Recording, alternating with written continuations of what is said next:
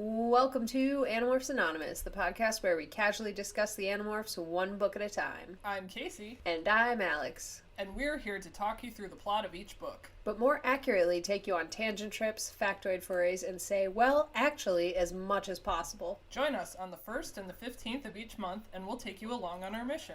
And we promise to have you back under the 2-hour time limit. Ladies and gentlemen, I have a grave announcement to make. Incredible as it may seem, both the observations of science and the evidence of our eyes lead to the inescapable assumption that those strange beings who landed in the Jersey farmlands tonight are the vanguard of an invading army. Hello. Hey! I don't know why I always open the podcast with hello. Because that's the thing you say? I mean, yeah, but I always say it kind of with that cadence. Oh, I find it comforting. You'd think I could, switch it up a little bit, but no, apparently not. Start doing, the Alexander Graham Bell thing of, ahoy! Sure. Did he do that? I think so. I think that's a factoid I remember where, the first time he picked up a telephone and it worked, they said ahoy instead of hello. I could be making this up. I'm not 100% sure in this fact. I really wish he had said something really dope. You know? Yo, yo, yo, it's your boy, Graham Bell. Yeah, or something like that. And then everybody would have to answer their phone like a bad rapper in the 90s. Well, clearly, they should make a musical about Alexander Graham Bell. Oh my god, They could totally repurpose half the Hamilton songs. Oh my god. But done in that style? Alexander Graham Bell. Yeah! Yeah, because the name is Alexander, so...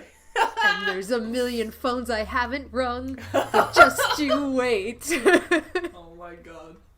Why? Why does this always devolve into Hamilton? I don't know. Everything comes back to Hamilton. It does. Everything ever. Shall we get to the business that everybody actually wants to talk about? Yeah, I guess. The new Jurassic World trailer just dropped. I forgot to watch it because I'm a bad human. What? I'm sorry. It's... Okay, so remember, 100 episodes ago when I was making predictions about the new Jurassic World and how good I thought it would be based on the trailer, and I told you they were going back to the island to, rescue the dinosaurs and shit? Yeah, that was, 2 episodes ago. Oh. So, yeah. Oh, okay, well, by now that was, 4 episodes ago. Oh, my God. My sense of time is so fucked up. Well, let's not get too far in the weeds here during the recording. Because nobody needs to know about time. But let's just say my predictions about what happened based on the earlier trailers I saw were completely wrong, and the new trailer changes fucking everything.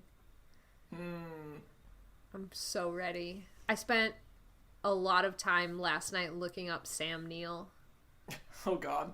Who's not in this movie as far as I know. I don't need to know about you looking up Sam Neill. No, not like that. It started from an X-Files episode because, and it starts off with there's this very weird hack movie being made of Mulder and Scully's mission that happened during the episode, but it starts with the movie and then, flashes back.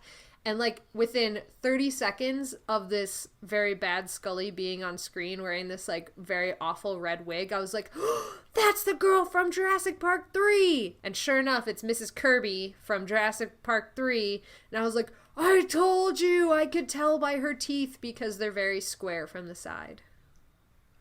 That's an interesting little factoid there.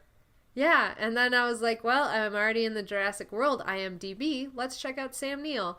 And then I was looking up all the movies he's done because the actress that played Miss Kirby, she's only done 27 films, and Sam Neill did 120 something. So I was looking through all of his what else can I watch Sam Neill in? And the answer is everything.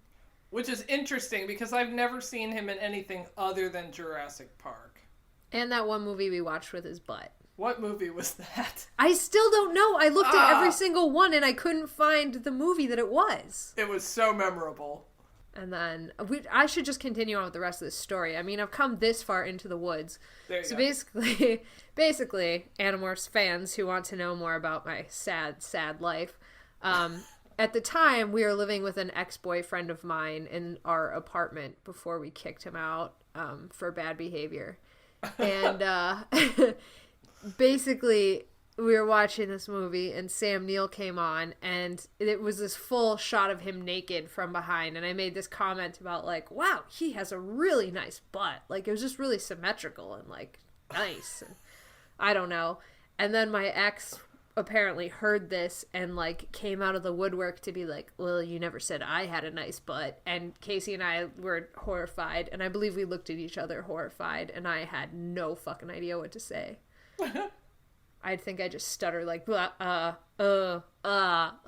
didn't want to be like, no, your ass is shit and you walk like a girl, but you know. Anyways, I'm just dying over here. Don't mind me.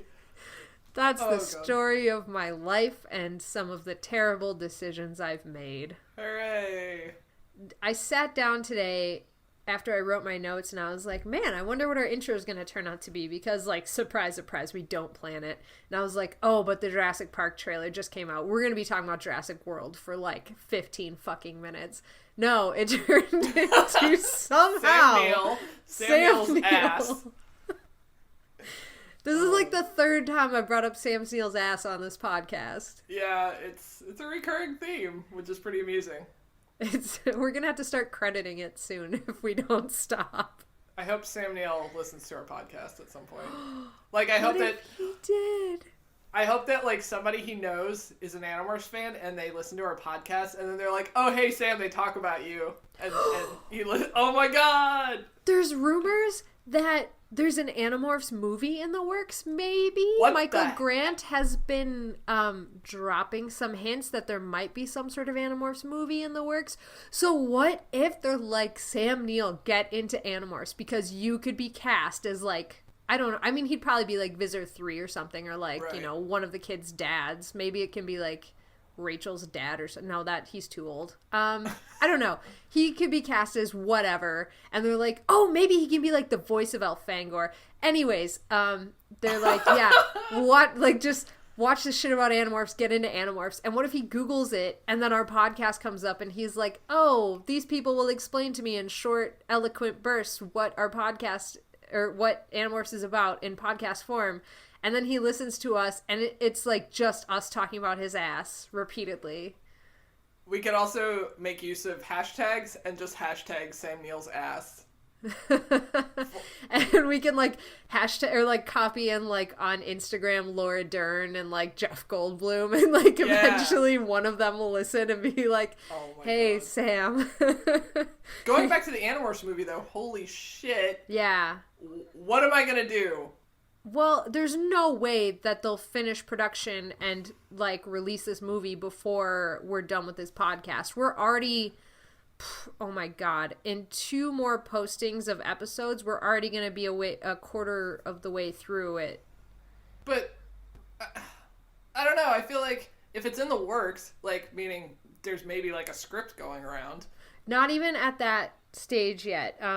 From what Michael Grant has been hinting, it sounds like it's very much like they're just talking about who has the rights right now and who can, like, it's really, really early on. Okay. Yeah. Because, and the other thing is, like, how are they going to handle a movie? Like, I imagine it's going to be the part 1 of many movies to come, but, like, the way that the books work is, like, you have 1 adventure per book. How is that going to translate into film? It would work so much better as a TV show. It would. They should revamp the TV show. They should. I think I've seen this idea floated around, but they should like let Netflix do a TV show because Netflix has been on a roll. Yeah. Netflix is just like scoop up all the IP and make adaptations of all of it. Like, oh my God, it's a no-brainer. Right? That's what I would do if I had any power or control. Oh, but a TV show, but like done well, would be so good. With the correct hawk this time. Yeah, with a red tail. Seriously, it's easier to get a red tail than a Harris hawk. What the fuck? I don't know how that happens. That's pretty funny. Oh, and with the updates in 3D technology, like for a TV show, you know, it's not going to be like on the same level as like a big blockbuster, but like the animation looks so dope, and oh man, and it won't be like, well, you saw the scene where Axe like got caught by ropes in the TV show, and it was just like the most pathetic thing I've ever seen in my life. A tiny net. Yeah, they could do it. They could do it so good. Oh my god, I want it. I want it too, and I want it to be good. I don't want it to be bad. So, I was thinking about the OC yesterday, and I promise this relates back. I was thinking about the OC, and I was like, how old were the kids when they filmed the OC? They were all like in their early to mid 20s, and they're supposed to be playing like 15-year-olds. Yeah. And I'm like, what if they did that with Animorphs? What if they just like aged them up a lot? Okay, but I mean, I was thinking about that too, but think about how well Stranger Things turned out with that age group of kids. Yeah. Oh my god. Right? Like, logically, and how it's done most of the time, I would imagine they would pick older kids and, like, because, like, that's what they did in the TV show, right? Like, they weren't, like, 12, 13, 14 in the TV show. They were, like, 16, 17, 18. Yeah. But if they did, like, what they did with Stranger Things and got the kids, God. Like, kids, oh, my God, it would be so much worse and, like, and by worse, I mean better. I mean, like, it would be so much more realistic to the series because of, like, them growing up with it. Oh, my God. It would be heartbreaking. And we haven't even started talking about this book yet. We're already in crisis land. Oh, my God. This book was... Oh, God. It's kind of crazy, but in a good way. Oh, it's so insane. And it's so wonderful, too. Sweet. Let's get into it. I'm ready. Okay. So, the book opens, and it's a Rachel book. So already I'm over the moon. So it opens. Rachel's talking about herself just a little bit. She's saying that everybody thinks she's pretty, and she's like, I'm okay. And then she goes, but I'm really self-confident, and that's true for sure. And then she gives us immediately this very great rundown about how her closest friends think she's fearless, and she's not. People without fear are just insane. She's scared. She's scared sometimes all day long, but she does what she has to do anyways, even though there's fear. And that's like the open of this book is just like, whoa, right out of the gate. Yeah.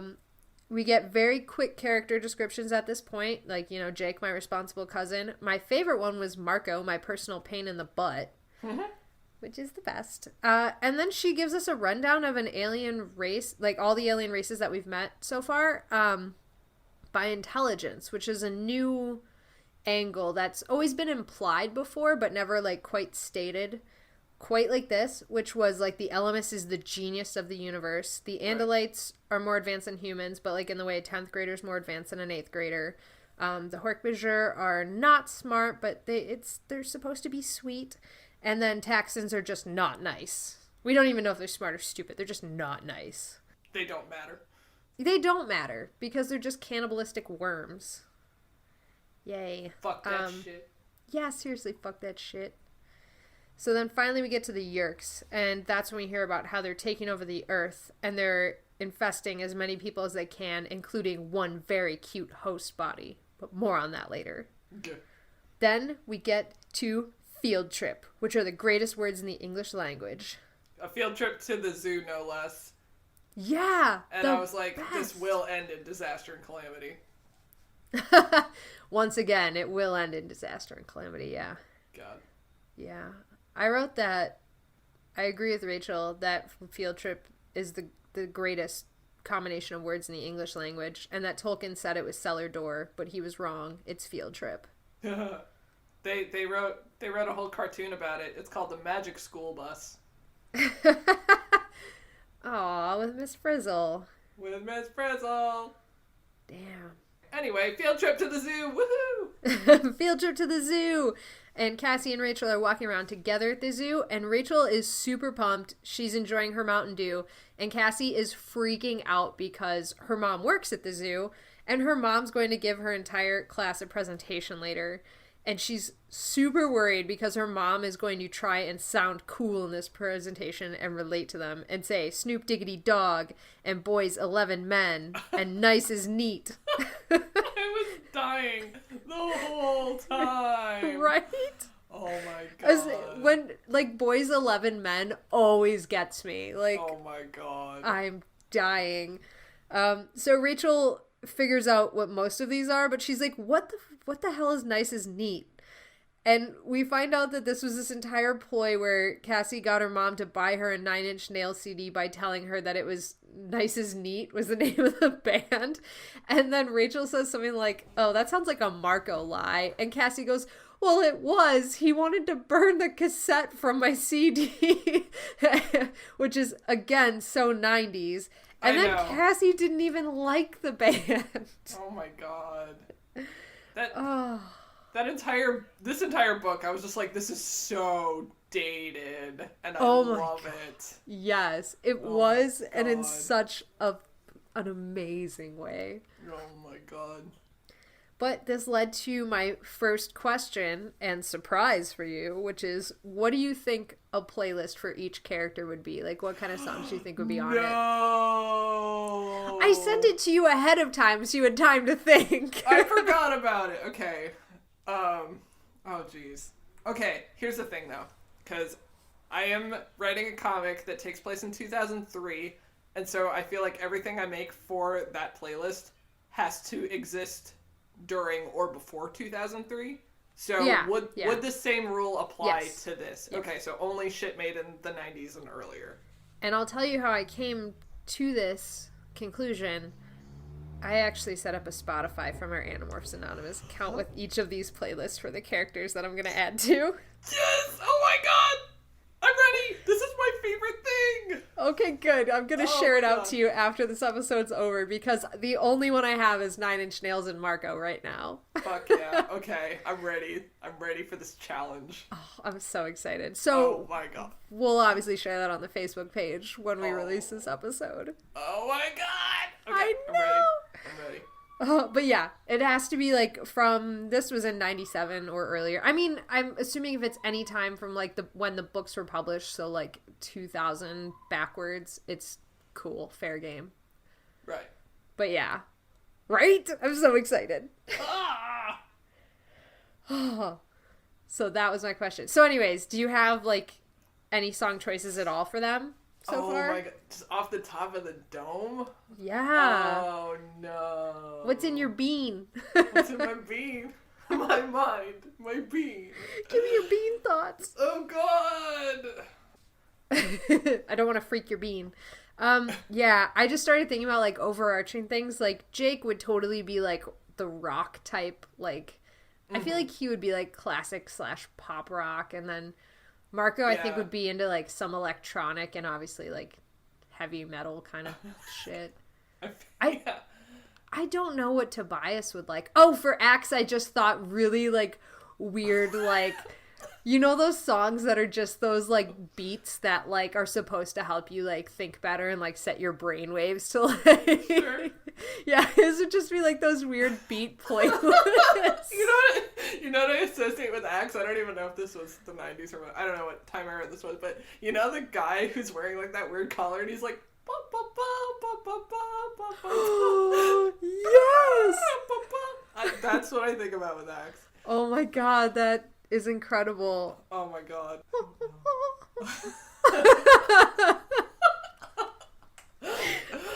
Oh god. Okay, so that's Axe's playlist taken care of. It's just that guy. I don't even know who he is.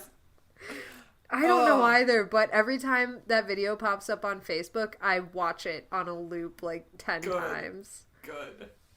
I could seriously talk about this for hours, so I think we should come back to this. Okay, and we will, because we have playlists to fill out for the rest of the entire time we're making this podcast. Fuck yeah.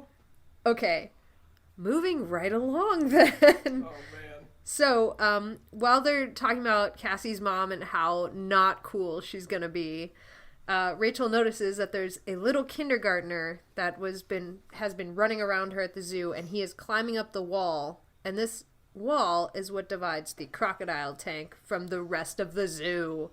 And sure enough, he falls overboard. Whee! Yay! Good job. Whee! Good job, toddler. Or kindergartner. How old are kids in kindergarten? Like 5. Idiot 5-year-old. Yeah. So Cassie's like, I'm gonna go find help, because obviously they see the kid go in there, calamity ensues, people are screaming and like, oh my god. And Cassie is like, I'm gonna go find help, and then takes Rachel and I believe holds her and says, do not do anything stupid. Do not do anything stupid. I swear to God, Rachel. I swear to God, Rachel, do not. And Rachel's like, got it, no problema. And so she runs over to the enclosure. She sees the 5 crocodiles in the middle island, or 6 crocodiles, I think, in the middle of the island. I can't tell because my printer cut this number out. And she's like, ah, shit, this kid's in trouble. And then when the crocodiles start looking over, she's like, well, I can watch this go down, or I can do something stupid. So she's like, I'm going to do something stupid. And for the first time in this book, we get the age-old, hey, look over there. And all the crowd, like, fucking, cows or sheep or something, goes, and looks over there. Like, God. What? Come on, and people.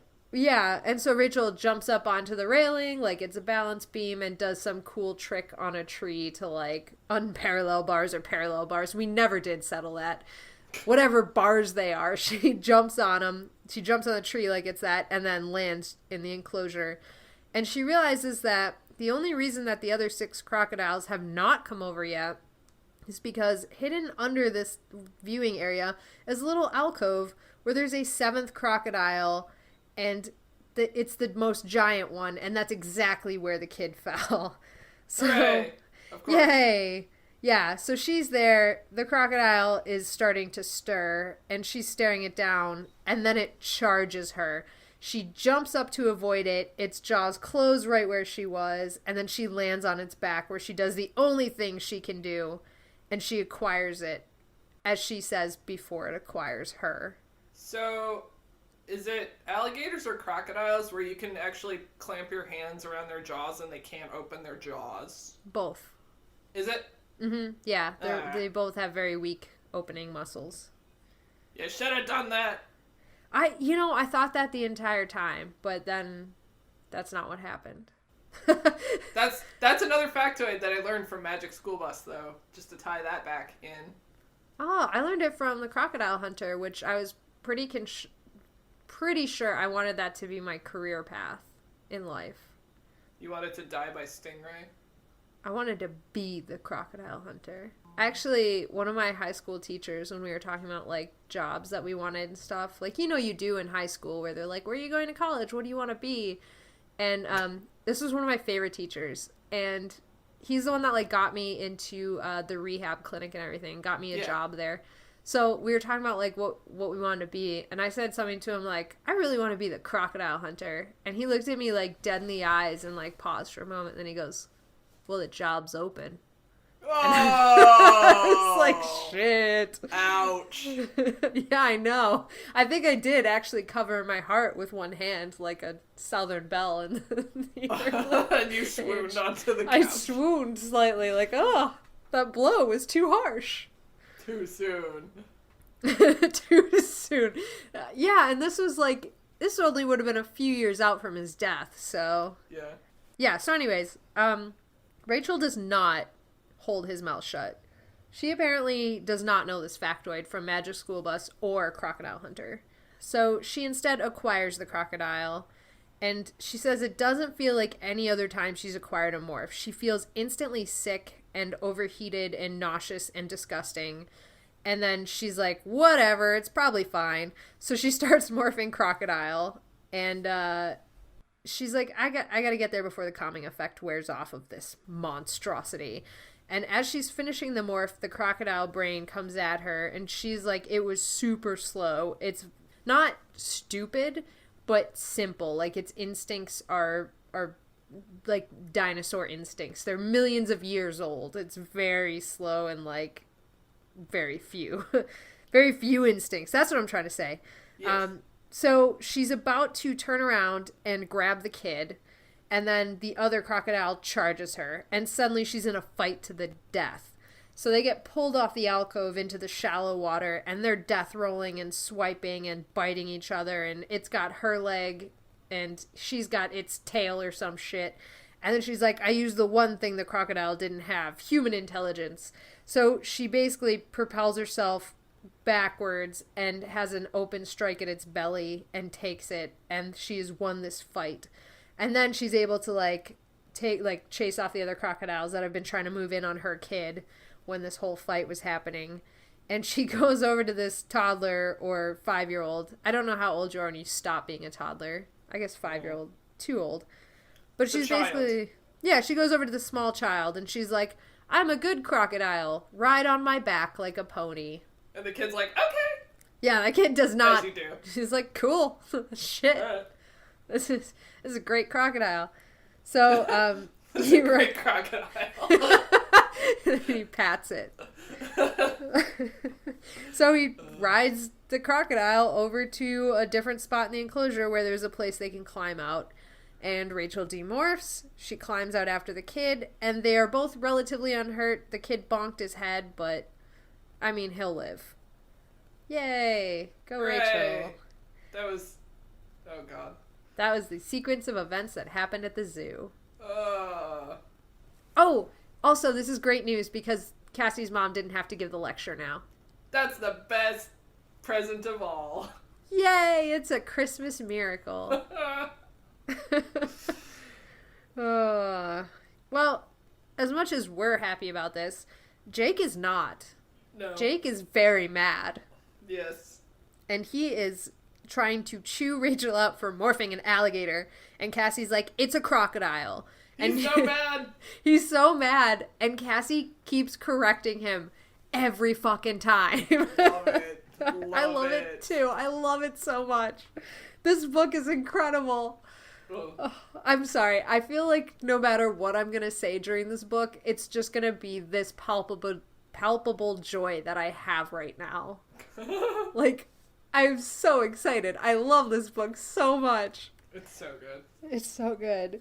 So every time that Jake is saying, you know, how could you do this? How could you turn into an alligator? That's a stupid move. Cassie's like, it's crocodile. It's a crocodile, Jake. And he's like, he gives her this look and then he corrects himself and he's like, crocodile. And then he continues to chew Rachel out. And this is like, while this is happening is when Rachel starts giving us character descriptions because clearly she does not give that big of a shit about Jake being mad at her. Yeah, she's just like sitting there yawning like, Jake's yelling again, whatever. Yeah, and that's like a recurring thing in this book. Like, Jake, on 3 or 4 occasions, chews her out. And most of the time, she's just talking about, like, the atmospheric shit going on around her. Oh, look, there's an ant on the ground, whatever. Oh, man, yeah. So she's like, I'll just give character descriptions now while Jake's chewing me out because clearly nobody gives a shit about this. God. So we find out that Marco tells terrible jokes, and he clearly doesn't use all of his brain power on this because he's smart, and therefore if he used all his brain power, his jokes would be good. And then she calls him sick burn, cute. Rachel. It was a pretty sick burn. I liked it. It was one of her sicker burns. Like, on the Scoville scale, this was like approaching a 7. Hell yeah. Need some milk. Sorry. That was not a good joke. It was amazing. So anyways. God. We find out about Cassie, who's basically trying to help Rachel defend herself, and she's a wonderful best friend. And I think she actually calls her a BFF in this book, which cracked me up. Dude, the description of Cassie, like, Rachel seems like she thinks very highly of Cassie. She's all like, Cassie's like perfect, and she's maintaining a B average while saving the world, and she does all this stuff, and she's amazing. And I was just like, wow, I've never seen this before. Yeah, like, I actually, like, called that out to talk to you about it because we've been saying in, like, the other books, like, oh, it's obviously they're friends, but like it doesn't feel believable because they don't have these like interactions together. Right. And this is one of the books that they do have that. Yeah, like and it's so fun. They're there for each other the whole book. And yeah, I really feel like their friendship is very like concrete now, which is cool. Yeah, absolutely. And I loved the whole thing. I loved their interactions through this whole book. Yeah. And then Rachel also says that Jake would be handsome, except that they're cousins. And I'm like, stop saying these things, you guys! But she can say he's objectively handsome, right? Like, that's okay. It still rubbed me the same way as, like, when Jake said that about her. Would it be better if she said, in my human morph, I recognized that Jake was handsome? Anyways, I'll just keep going because I'm so excited about this book. So she starts talking about Tobias, saying, which this I thought was kind of harsh. Like, she does not mention that she and Tobias have anything more than like a passing friendship. But then there's so many things in this book that you can clearly see that she and Tobias are closer than like she and Marco, she and Jake. That is, yeah, it's so interesting. And even in past books, like, when she's feeling upset, she goes to Tobias. Yeah. And, like, they obviously have, like, this deeper relationship, but, like, is she trying to kind of play it off like it's no big thing? Or, yeah, just not feeling it this book. Yeah, she really, like, while her relationship with Cassie was so much more palpable and believable in this book, her relationship with Tobias was not, like, non-existent basically, other than a few times that Tobias reached out to her and she almost like blows him off. Yeah. Super interesting. Yeah, it was super interesting. And there's another character action with her dad later on that I want to talk about too. But the point of that is just to say that one of the things I love about the writing in this book is that instead of Applegate just telling us, like, this is their relationship, blah, blah, blah, she puts in details that tell us more about the relationship between her and, like, her family especially than freaking any amount of detail could. Like, you just get this immediate feeling and this immediate, like, oh, God, I've been in that situation before and I know how this feels and how, like, I know basically the person that he or she is. So I'll call that out later. But I just love that part of this book, even though I am a little sad that Rachel keeps blowing off Tobias. Your OTP is wavering. Well, maybe a little bit, but like Tobias he's hardcore on my train. It's just Rachel's ignoring him a little bit. God. I know. Anyway, well, I'll continue before I just start talking about like, just character relationships for like an hour straight. Yeah, we hear a little bit about Tobias. She, I believe, calls him dweebish, which is the most 90s word I've ever heard. And she says like his crazy blonde hair sticked out every direction until he turned to a hawk, and now he has the fierce glare and blah, blah, blah. And she mentions Axe just as part of the group, like, oh, he's the weirdest looking one. He's a big blue alien. No big deal. Which it isn't. Not anymore. Not anymore. Then Marco makes a joke about how Rachel needs to stop trying to be like some mix of Xena and Superman's kid. And Tobias kills it with his joke, which was, I didn't even know Superman and Xena were dating. And then he privately reaches out to Rachel and says, ask Jake what he would have done in that scenario. That'll get him off your back. And this was one of those situations that, again, Tobias reaches out. And also, Tobias is very good at manipulating people sometimes. He's that little voice in your head. He's your shoulder devil. He's the shoulder hawk devil. Yeah, so as soon as Rachel follows Tobias's advice and says, what would you have done in that situation? Jake just kind of smiles and says, we're very lucky that you weren't caught on camera. And obviously I would have done the same thing. Anyways, now we get into the 90th parts of this book. Good God. Good God. So Jake casually mentions to the group that Tom started talking about some new representative spokesperson of the sharing. And he goes, oh, it's that kid from Powerhouse. And then he, like, moves on. But Rachel and Cassie are freaking out because they're like, you mean Jeremy Jason McCole? And this is where I run into troubles, because that is Jonathan Taylor Thomas is who that's supposed to be from Home Improvement, not Jeremy Jason McCole from Powerhouse. But the only name I could fucking think of was Jason James Richter, who plays Jesse in Free Willy. Yeah. That's all I could think of. That's not him. That's not who they're trying to reference. He wasn't considered the cutest boy ever, although I did not know that Jonathan Taylor Thomas was considered this cute in the 90s. What did I miss? Hell yeah. Like... Fill me in, please. No, I was a JTT fan. I didn't even know. Yeah. I had to look up who that was when I started thinking about Tim Allen in... We were watching some show with him, not Toy Story. Someone he has on now. Last Man Standing. And that's when I was like...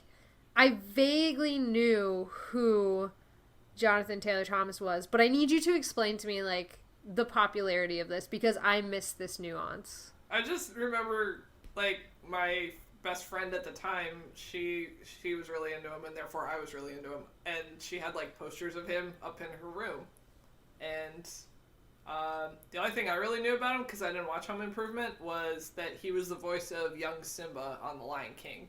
What? Yeah, and I fucking love The Simba. Lion King, and yeah, I love Simba too.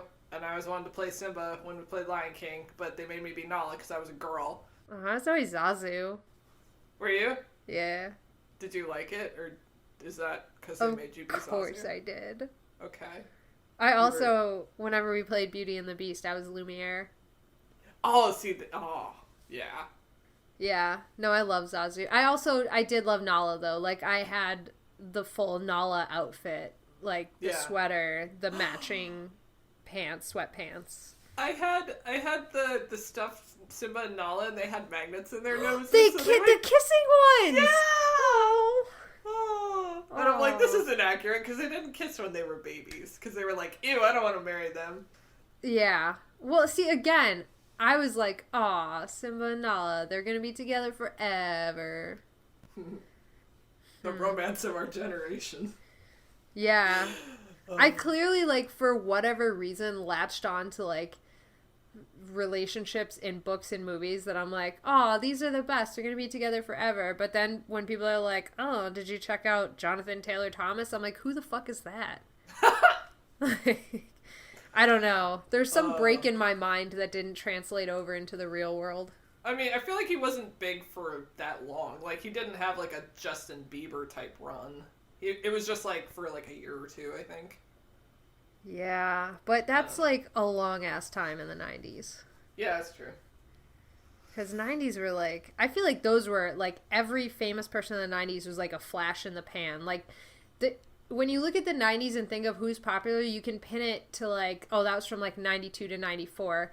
Whereas, like, in the 2000s, it's, like, people are... Like, I can't think of, like... a lot of people that faded out quickly. Like, Selena Gomez had a place to go to, Ariana Grande, Justin Bieber. Yeah. Like, everybody has these more sustained careers now. Mm-hmm, that's true. I mean, probably if we looked at case studies, that wouldn't be true. That's just my objective feelings on this. Yeah. Anyways, I have no trouble at all just thinking of him as Jeremy Jason McCole, because the only thing in my head was Jason James Richter, and honestly... You can't convince me he would be a dick because he was in Free Willy. There's nothing you can do. But, he was kind of a teenage boy in, like, Free Willy 2 and 3. Which was the one where he had the girlfriend? Was that 2? Nadine? Yeah. Yeah, that was... That was 2. 2. Yeah. And then... Yeah, because that's when he got the younger brother. And then 3 was the one where he was the adult and went out on the research boat, and that's when Willie got his chick pregnant.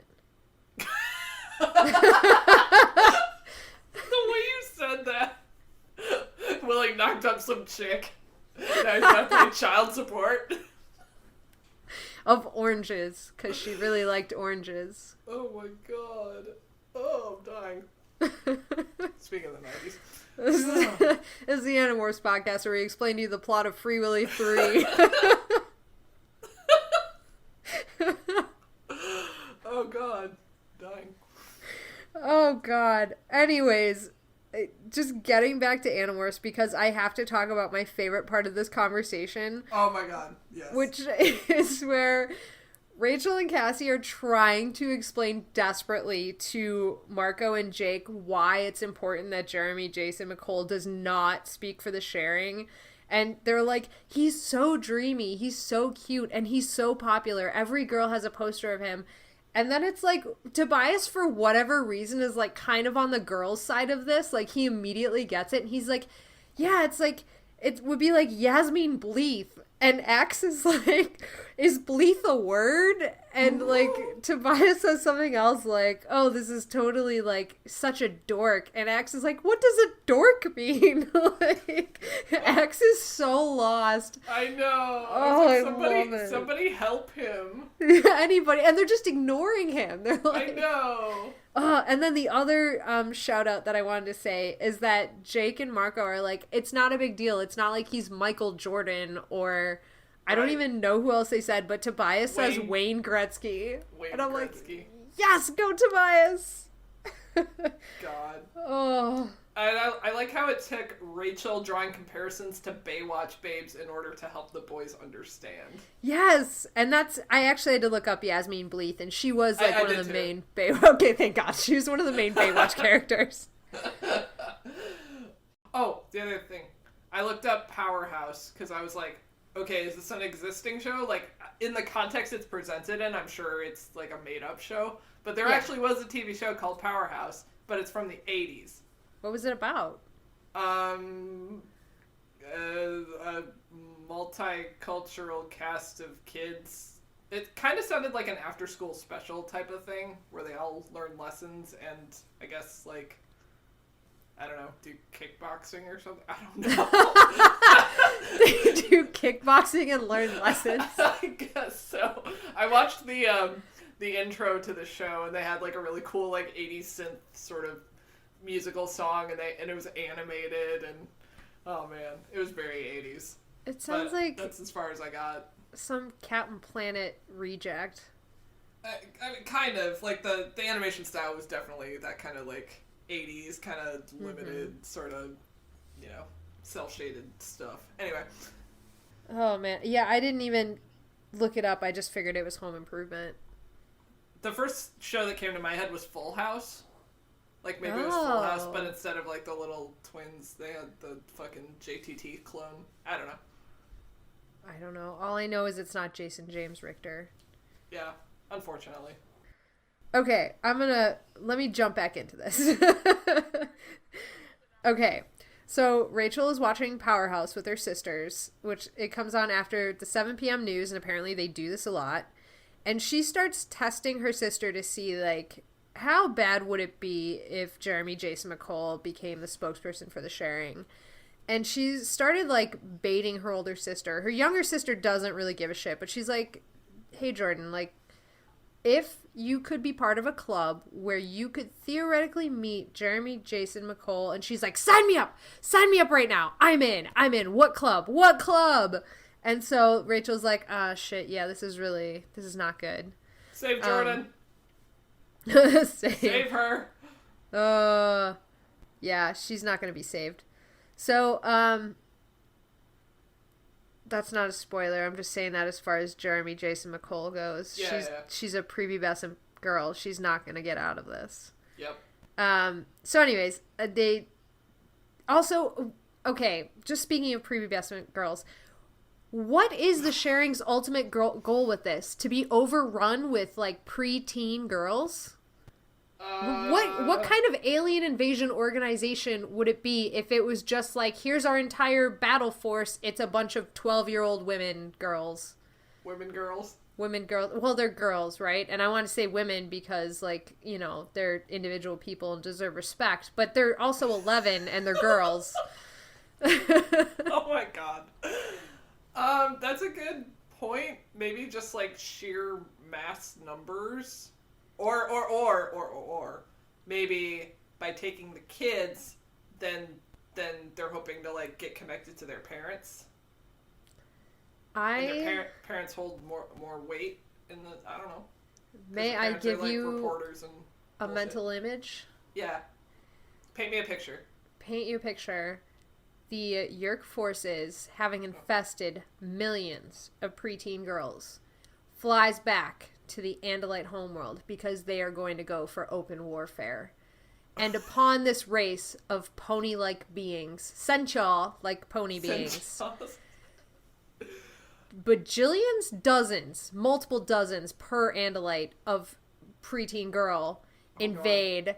And they try to ride them to freedom and jump on them and scream in their high-pitched voices and hop around them. They all have pink Draken guns at this point because they're young girls. So it's all pink and sparkly.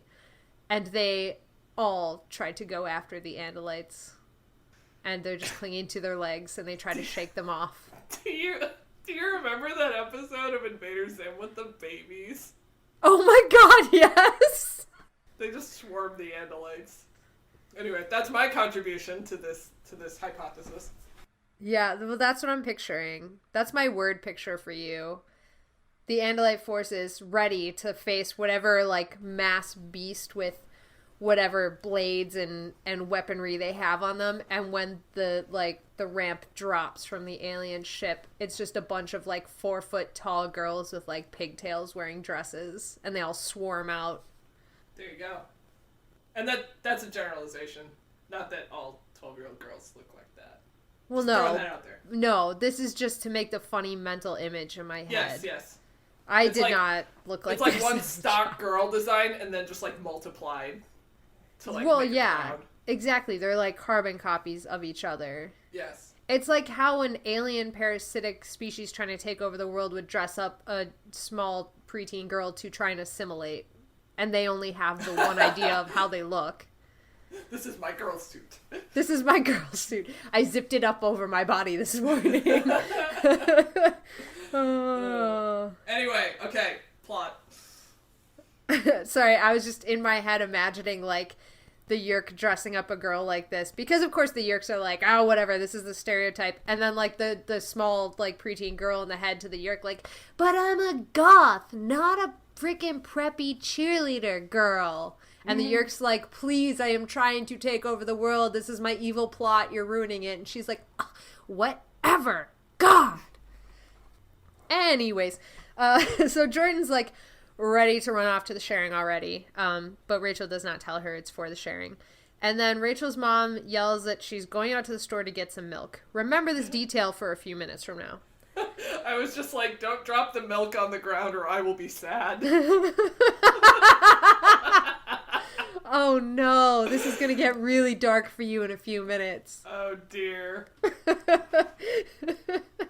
So Rachel decides that she is going to get to know her enemy because, as we know, her Sun Tzu quote, if you know oneself and know thy enemy, then you'll not fear the results of 1,000 battles. I don't know. It's on our website. Check it out, animorphsanonymous.com.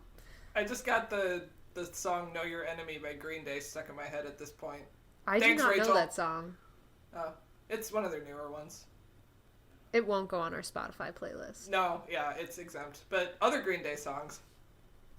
Yeah. We can do. Anyways, so she logs onto the computer and she starts Googling, I assume, Jeremy Jason McCole. She has to wait through several websites loading and his picture slowly, one bar at a time, loading on the screen through the dial-up internet. The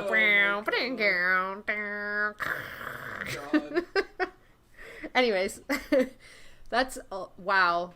Those sound bars look real weird, guys. Anyways, so yeah, she's looking at multiple stuff. She prints out his biography on his website because of the 90s.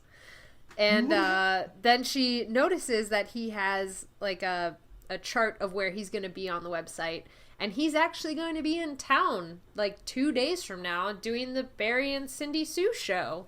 Convenient. Convenient and exciting. So, she gets really excited. She calls Cassie. This is another one of my favorite Cassie-Rachel interactions. She, like, calls Cassie. She's like, oh my god, Jeremy Jason McCole is going to be in town in a couple days. This is so exciting. And then fucking hangs up on her. Right! I agree with that too! Like, she doesn't even finish. And, like, Cassie's, like, just as excited. Like, oh my god, I can't wait. That's so exciting. Boom! Click. Boom. Done. Wow. So that's exciting. Loved it. And then Rachel, because she's so excited, starts to feel sick and short of breath. And then she notices, okay, this is not a good feeling. This is a bad feeling. And then she notices her hand is turning green. And she's morphing to crocodile. Woo! Yay! Yeah, so she can't control this morph. She's morphing to crocodile, warp speed. She's terrified her mom's going to be home or her sisters are going to come into her room. And she can't control this animal. And then this is all wiped from her brain because she starts going directly from crocodile to fly, which should be impossible. And she turns into this gigantic fly. Like, she morphs completely to fly before the size changes. Then she starts to shrink at, like, warp speed, and the floor is coming up at her, and all of a sudden she's growing again. She's going directly from fly to elephant. And then she realizes, oh no, the floor can't hold me. There's some creaking, and then boom, she falls down to the kitchen below her, destroying her house. Yay! Yay! So Rachel's describing the absolute chaos of what just happened, how she is just laying in rubble. She can't get out of there. There's crushed, like, drywall and shit all around her. There's a piece of wood speared through the door of the oven. She's horrified, thinking maybe she crushed her sisters or her mom. She crushed the refrigerator, and the contents are spewed everywhere. And they specifically call out, there's a gallon of milk glub-glubbing to the floor. But Rachel's mom just went to go buy milk at the store. What is happening here? Maybe it's bad. But then why would she leave it in the refrigerator? Throw it out. I have been known to take food out of the refrigerator, sniff it, deem it bad, and then not want to deal with it, and I just put it back. I'm there for you, Naomi. I'm there for you. Wow. You're there for Naomi and the milk after our milk experience? I'm sorry. Oh, no. I can't believe you're getting on Naomi's side here after how intense you got about the milk. I'm so sorry. It was a different time in my life. You're younger and less in control. Yeah, and I had a lot less money. You will not waste that milk. Oh my god.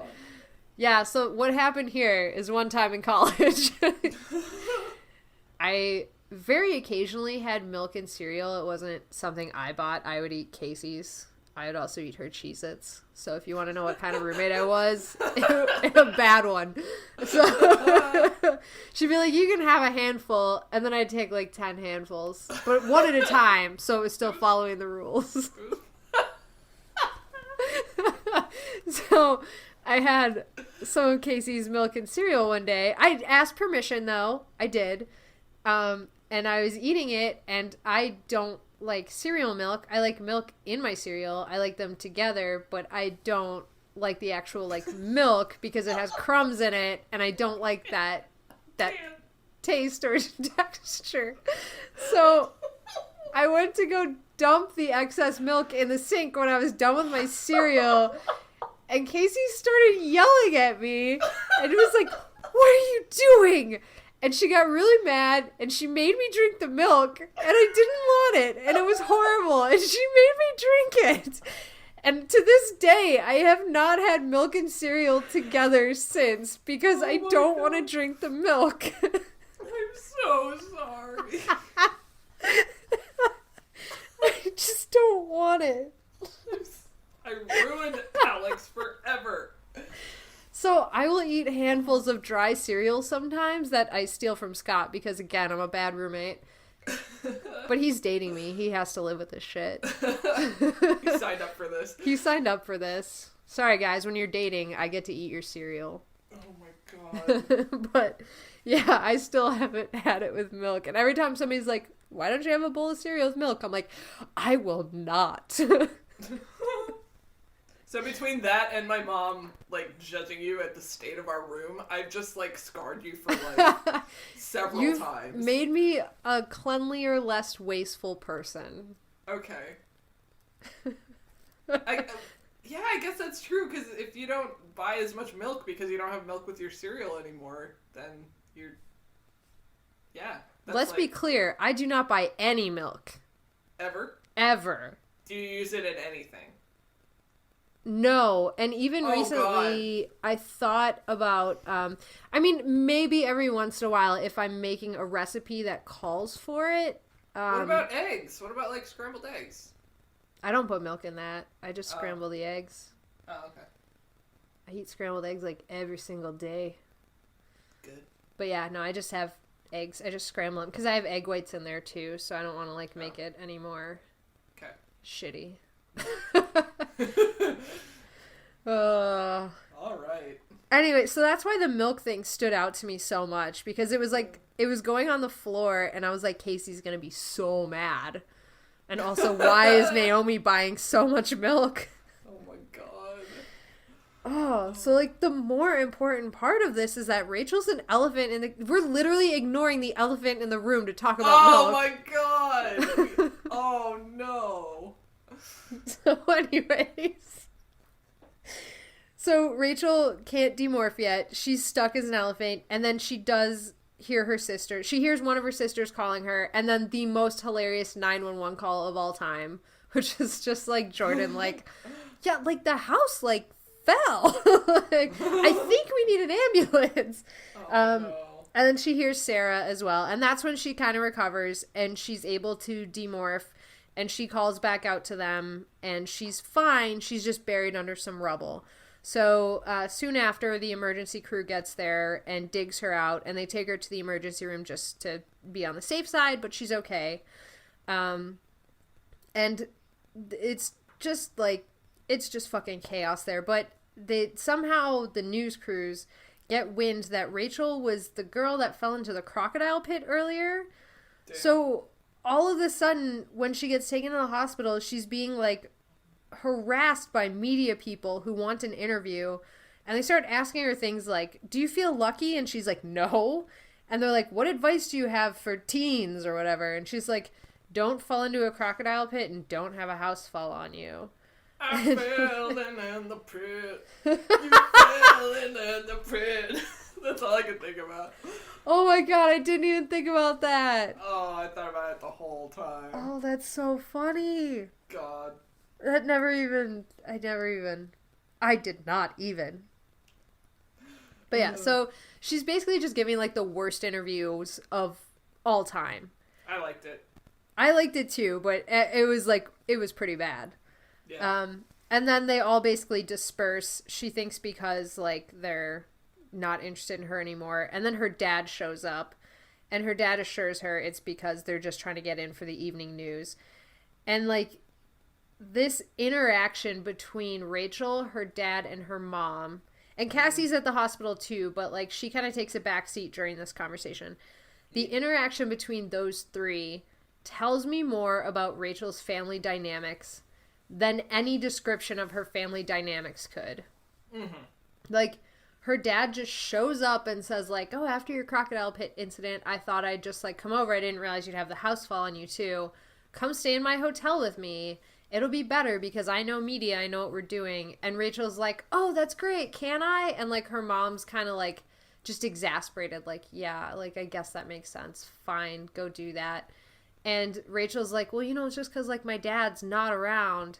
And her dad, like, just totally like, haha, come stay with me. I'll buy you things and spend money, and you can do room service, and hotels are nice, and we'll get you taxis to school and all this sort of shit. Like, there's another instance of this later that, like, that I just want to get into. But, like, you can just feel when you're reading this how much her dad is like, I'm in control of this situation and I have money and come stay with me. And her mom's like, you are not the one that takes care of these kids on a daily basis. You have no fucking idea. And then how Rachel's like, I never see my dad. I want to see my dad. I hope I don't offend my mom because Like, I love her. I want to live with her, but I just never see my dad. I hope she gets that. And it's like, all these tensions that you can feel in this family dynamic. Divorce is fun! Well, yeah, I mean, the divorce sucks, but, like, sometimes it's great. I mean, depends on the situation. Sometimes, in this case, it sucks because, like, the family, they are, like, a close-knit family that would want to be together, but, like, you can just, the writing is so good. Like, the writing, you can feel how awkward everything is. I just want to point out a funny moment with Rachel's mom, where Rachel was, like, lamenting. It's like, but Mom, the house is destroyed. And her mom was like, it's okay, we have insurance. Let's sue the contractors. Let's sue the building company. Let's just sue them all. Yeah, doesn't she say, like, we have, like, the mother of all lawsuits? Yeah, because she's a lawyer. Lawyer of the year. Lawyer of the year. That's right. How could I forget? She's lawyer of the year. She's gonna sue all of them. Every single one. God. Yeah. This is the book where Rachel's mom becomes independently wealthy due to lawsuits.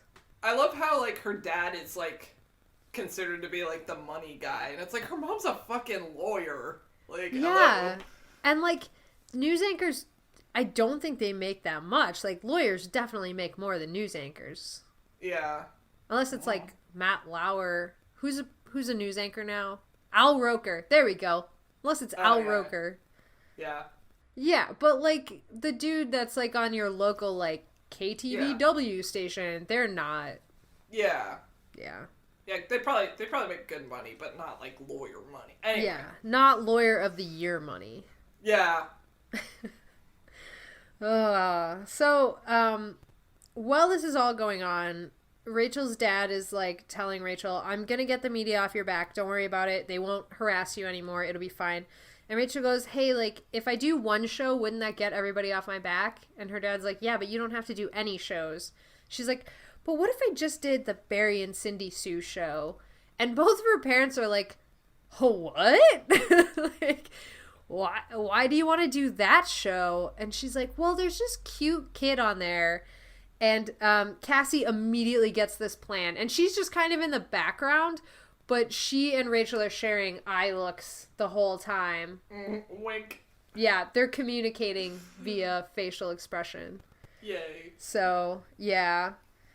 So, we cut to Rachel in her dad's hotel room because her parents did agree that was the best place for her while the house is being rebuilt so that he can keep the media off of her back. And she calls down for room service. Goes to order a salad and then ends up striking that, ordering like fries, a milkshake, and a burger and pie. Oh, me too. This made me really hungry for cheesecake. So she does, and then she gets a phone call in the room. She answers it. It's Cassie. She's like, are you alone? She's like, yeah. Cassie's like, I'll be there in 5 minutes. So Rachel calls in the salad again, and Cassie flies up to the room and as an owl, and then demorphs right as room service gets there. So it's basically them, like, eating, and Cassie saying, like, how she needs to have a lot of money when she's older because she's so good at spending it. She's a $10 salad. And then Cassie's like, okay, so, like, what in the actual fuck is happening with you right now?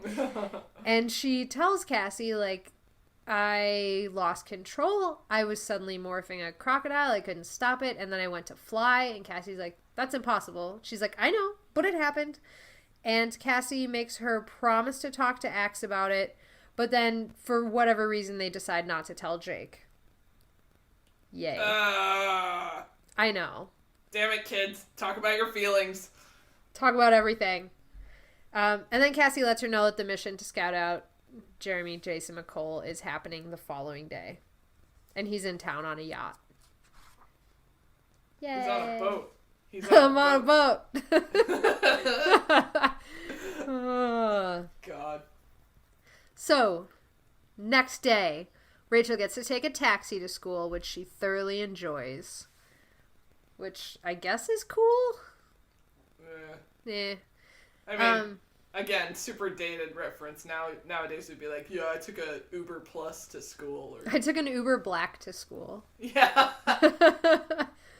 I feel like you could still say taxi, though. Like, taxis exist. It's not a thing that's totally outdated. It's not super glamorous, though. Like... Yeah. I mean, I guess it would be kind of cool rather than, like, having your parents drop you off. Because it's like, oh, look at me, I'm independent and I have money for this cab. But, I don't know. Yeah. I don't know. No offense to cab drivers. All of them that listen to this podcast? I mean, there could be, I don't know. Maybe. It never occurred to me that taxi drivers are a demographic of listeners. I'm just saying. Could be an edge case. Could be an edge case. Everybody loves that word. Anyway. Oh, God. I'm sorry. Anyways, so Rachel is at school, and for the first few periods, she gets, like, some really shitty jokes from her classmates who are either like, don't come near me, I don't want a house to fall on me, or like, what's up, crocodile girl? Like, really shitty jokes, guys. Sick burn, you guys. I give the Scoville scale on this one, like, a 2. Yeah, you tried. You don't need a base to control this burn. So... There's so many milk jokes. Oh, God. We're milking it for all it's worth. Oh, get out. Leave this podcast. You are banned. You have to take over and do the rest of this podcast by yourself. Oh, shit. Oh, God. Okay, so anyways, after a few periods, Rachel gets called into Chapsman's office. We're not drinking. I know we're not. I'm just so gleeful about this episode. I'm drunk on giddiness. Yay. So Rachel gets called into Chapman's office. He wants to talk to her about her stressful day. And he says something like, you got really lucky twice. And she goes, no, I got really unlucky twice. And then he's like, is everything okay? Because your GPA has dropped from an A average to a less of an A average. How dare you? How very, very dare you? God. Like, no one ever talked to me about my GPA, and it was fucking terrible. I mean, I was like at a C, low B average. So not terrible, but not an A to a less of an A. Anyways, yeah, but like when you're at a higher level and then you slip, like then everyone's like, "Oh, what's happening?" This just goes to show you, never set any expectations for anyone. Yeah. Always do a shitty job and then like get better. Never be better and then get shittier. Yeah. You can, yeah. It's a skill. Anyway. Yeah. Anyways, he's asking her if anything's going on in her life that could have caused this, and she starts like thinking, oh, well, you know, only the entire fucking alien invasion and blah, blah, blah. Then he goes, you know, I heard your parents got divorced recently, and she's like, oh, fuck yeah, good excuse. My parents got divorced. That's the one. I'm suffering. She said something like, oh yeah, you know, the trauma. Like, right. That is traumatic, isn't it? That is what the humans say about this interaction. Sometimes Rachel is just as much of an alien as Axe. Yep. So, after he says this, he starts giving her the elevator pitch for the sharing, which is they do not have flying saucers. And it's a super hard sell. And then he starts talking about their like water skiing trip, and she's like, yeah, we were there. But she doesn't say that. I was there. I remember that. And like all this sort of stuff. And because he's starting to freak her out so much with this sharing pitch, she can feel that sensation of like freaking out. And then she realizes my feet are doing something crazy. And she hears the laces on her shoes pop. And so does Chapman. He goes, what was that? And Rachel's like, nothing. And he's like, oh, okay. And just moves right along. Like, not suspicious at all. Yeah, right? And so he continues on about the sharing, and Rachel's like, he's droning on. And then Chapman's like, okay, I'm going to stop droning on about this and let you get back to class. And so she just like very coolly reaches under the table, shoves her broken shoes into the bag, and then gets up and walks out with her bare feet. Not bare feet. She's not barefoot. She literally has like bare feet. So, like, I loved it. Rah! So she... It was like a perfect pun, but it wasn't outwardly stated. Exactly. Exactly. So she's like, starts to walk out those, and Chapman's staring at them. And she just, like, very confidently and coolly says, like, oh, do you like my new boots? And he's like, he laughs, and he's like, the kids will wear anything these days. And she's like, I guess I'm just a victim of fashion, and then walks out. I was dying. I was like, there's no way that would work. And yet, wasn't it just a few years ago that those giant fucking fuzzy boots were really popular with the pom-poms on them? Oh, God. It happened. Called it. The Yurks are here. It happened. Oh, my God. Applegate's a fashion genius. She predicts knew the trends. And she predicts them correctly. Yeah. Horrible. So that's great. So anyways, Rachel pulls this off. And once again, like, her shoes and Chapman, this happened back in, like, book 2 when she... Oh, yeah. Yeah. She's got to get a control of shoes. But it's just an excuse for her to buy new shoes all the time. Solid call. Solid call. This is why we can't have nice things. Yep. So, anyways, she goes, grabs her gym shoes, finishes out the rest of the day. And then at the end of the day is when they're going to go meet up, obviously, to scout out Jeremy, Jason McCole. And so she heads out behind the school. She's looking for a good spot to morph. And then Tobias kind of checks in with her and says, like, hey, if you keep going straight, you should be fine. There's a safe spot to morph. And so she starts going gull. And after she morphs, she kind of immediately loses herself in the morph. She goes, like, rocketing around. She's looking at trash. She's having a great time. And Tobias kind of sassily checks in. He's like, Earth to Rachel, you still there? And she immediately gets mad at him for even asking. Like, she's like, stop asking me if I'm okay. Like, it's fine. Everything's fine. And for no apparent reason gets mad at Tobias and then flies off. Like, whatever. Ugh. I know. So dramatic. And Tobias just, like, he realizes that she's, like, being really weird. And he's just like, okay. And then lets her fly away. Well, excuse me, princess. Yeah, that's pretty much what happens. Oh, my God. Oh, this book. So good.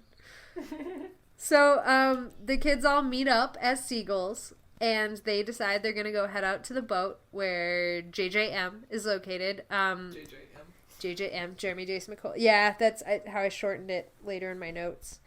Axe is still a harrier because he doesn't have a seagull morph. So he's like, all right, I'll accompany you guys out there. Tobias is still a hawk and once again proves how great his eyes are by faking them out and reading the name of a boat from 3 miles out. He admits he couldn't actually see the name, but he made a good guess, and he was right. Yay! Yay! Go Tobias. So, they fly out there. They're going to go check him out, see what he's saying, do their covert mission, and Axe peels off because the Harrier can't fly over dead water. And Jake goes, Marco and I will go in there and listen to what they say. And Rachel's like, as if... And just dives in, takes control of the situation. She's like, we're not going to let you two lame-ass boys listen in when this is about Jeremy Jason McCole. They also have a very important conversation about his lips. And then lips. And Jake talks about how... What was it? Butt fat injections are involved. Yes! I was just like, is this happening right now? Oh my god, yeah. And, like, they're trying to... Axe's... Because he accompanied them out further than Tobias, he's like they're really good like eyes in the sky at this point because the seagull vision isn't as good as the Harrier. And so they're like, is that him? And he is like, he is an adolescent male, so I assume so. And they're like, but does he have the dimples and the chin and the lips? And Axe is like, he does have dimples. He appears to have a chin. I do not understand what full lips are. Like, it was awesome. Yeah, and then that's when Jake's like talking about butt fat injection. And then they're like, jealousy doesn't look good on you, Jake. Jeez. Yeah. Also, I wrote a note here. that you should get a tattoo on your other bicep that says, "Yes, Prince Jake." Oh, that would be so good. That'd be so cute. Fuck. I should. Because once again, they have the... Jake tells Axe to do something. Axe says, "Yes, Prince Jake." Jake says, "Don't call me that." And he says, "Yes, Prince Jake." Every single book. It's so is a good. staple. I love that so much. Oh. Okay, I'm thinking about that one. Good. Okay. While I think about that, I'll keep talking.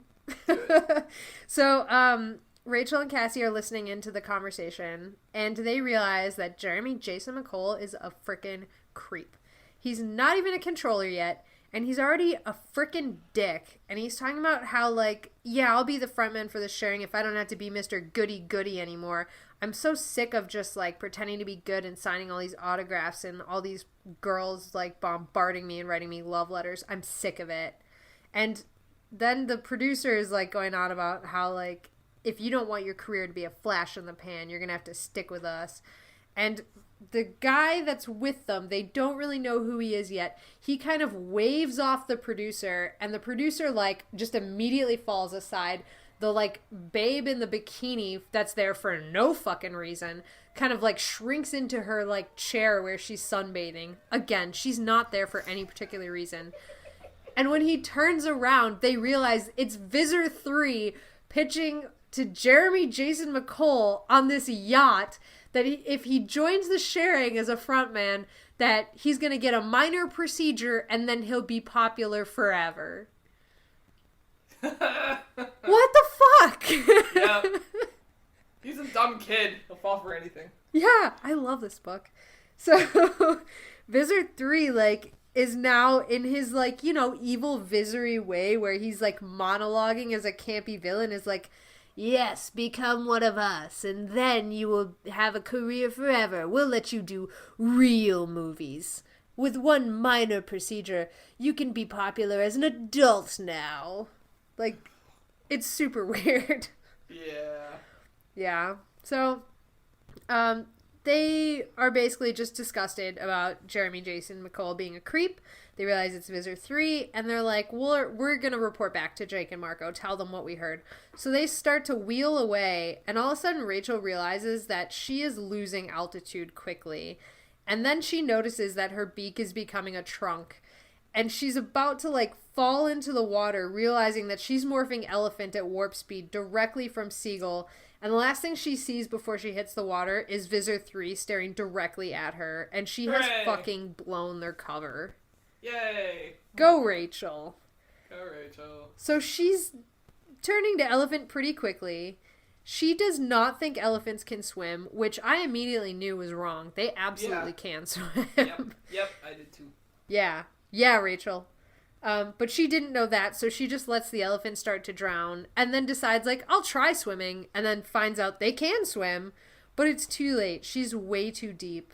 And then suddenly she's starting to shrink and getting smaller and smaller, and Axe is in the water at this point. He's kind of, you know, been able to demorph from Harrier, morph to Andalite, morph to Shark, and come out there. So he spots Rachel in the water. And Cassie and Jake are like, okay, we're going to dive into the water, get out of the way, morph back to ourselves, and then we'll come see. Axe, keep an eye on her. So he's watching her, like, as this elephant go to Ant and, like, narrating this whole thing. And Jake's like, it's impossible. She can't morph from one morph to the other. And Axe is like, but it is happening. Mm-hmm. So she starts going to Ant. And she's just, like, completely delirious at this point from lack of oxygen. Like, she starts singing to the tune of Jingle Bells about how morphing is fun. And the lyrics are not very good. They're like, morphing, morphing, morphing. We're morphing. Morphing is so good. So, she's out of it. And Marco starts to make fun of her a little bit, but he's the only one still above the water not watching this shit go down. Jeez, Marco. Yeah. She gets to Ant, where she is trapped in an air bubble, and that at least helps her out with the whole delirium thing. She starts to, like, breathe again, and she's okay. She comes to. And then, but she's, like, too small to spot. So they're looking for her. She's like, please don't, like, eat me, chomp me down, whatever. And then she starts morphing again, and they spot her as she's starting to grow because it looks like at first she's a little piece of seaweed. Then they realize she is a very, very tiny crocodile that is suddenly growing at warp speed. And Marco's up top saying, "Get out of here, Visor 3's morphing. He's morphing something huge. This looks bad. I'd watch out for those spears if I were you." And they're like, "Spears? Oh no!" And then Jake also says something like, "I see Rachel now. She's an alligator." And Cassie goes, "Crocodile. Crocodile, Jake." And he goes, "I don't give a rat's butt if it's an alligator or a crocodile." Axe is super pumped about Visor 3's morph. He's always wanted to see this Javelin Fish. So that was one of my favorite parts, is Axe like, "I've always wanted to see one of those, like in a zoo or something." Yeah. Yeah. So this Javelin Fish that Visor 3 has morphed, it is a bright yellow pancake-shaped, stingray-shaped thing. It has stalk eyes on top of its head, antenna below, and then rows of spears lined up along the top of it. And they say the spears look like broom handles with odd stripes on them, and they're pretty big. And then they realize this thing is faster than all of their morphs. So Axe is shark, Jake and Cassie are dolphins, Rachel is now crocodile, and this Javelin Fish is like, it can run them all down in no time flat. So Axe is no longer pumped about the Javelin Fish. So it comes after them. It's gaining on them very quickly. And all of a sudden it inflates into like this large ball thing. And then with a whoosh, it fires out a spear. And it goes directly through the base of Rachel's tail. And because that's how crocodiles swim, she is now basically dead in the water. So she's not getting away. She's like, "Get out of here. You guys keep going." They don't want to leave her, but she's like, "Just split up and go." So they start to. And Rachel is playing dead. And so Visor 3 is this Javelin Fish starts puffing up again. He's going to fire. He nicks Cassie, like with this next spear, just a little bit, not too badly. He puffs up again. He fires at Axe, and Rachel tells him at the last minute, like, "Turn now!" And he does, so it avoids him.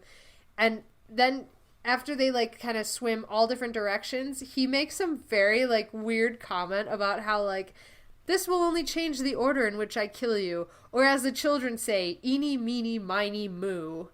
And Rachel's big comeback that she wants to say here is, "It's Mo." Like, God. Sick burn. Sick burn. That's a 4 on the Scoville scale. So, Rachel's playing dead, and she's like, "Okay, if he goes after Cassie, he's gonna pass really close to me." And sure enough, he starts to go after Cassie. He inflates up, and Rachel, as he comes past her, turns and snaps him with her jaws and sends him flying like a deflated balloon through the water. I imagine literally making like a noise as it goes. While screaming. He's like, "Ah!" and like fart noise, and he's just like flying through the air in crazy circles. It's hilarious. Oh, God. What were you gonna say? I was gonna say, I imagine, like, after he deflates, his voice sounds like it's "Help like he's been, me."